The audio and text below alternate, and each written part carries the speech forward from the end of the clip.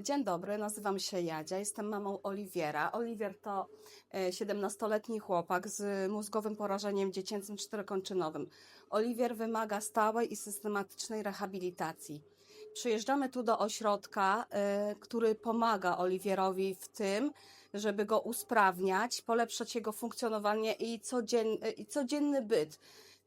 Oliwier wymaga pionizacji. Lokomat pomaga nam w tym, żeby Oliwier był spionizowany, miał prawidłowy wzorzec chodu i żeby się uśmiechał.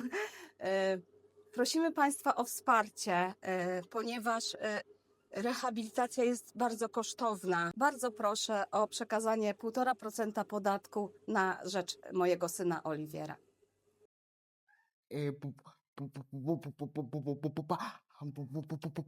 Also proszę o pomoc.